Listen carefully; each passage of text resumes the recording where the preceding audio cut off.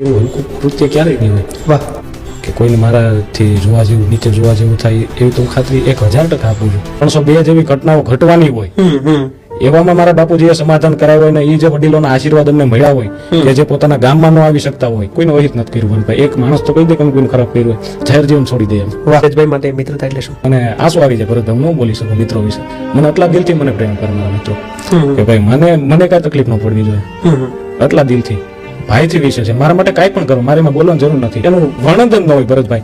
એ તો ખરાખરીનો જયારે સમય હોય ને ત્યારે એ હારે આવીને ઉભા રહી જાય. મારે એને કેવું ન પડે.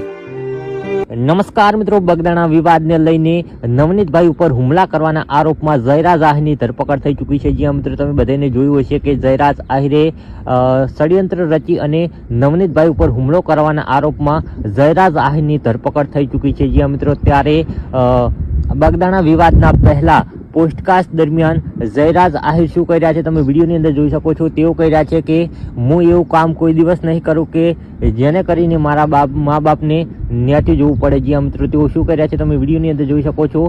આને લઈને તમારા હિસાબથી તમે એક કોમેન્ટ કરી નાખજો કે જયરાજ આહિર કેવો માણસ છે.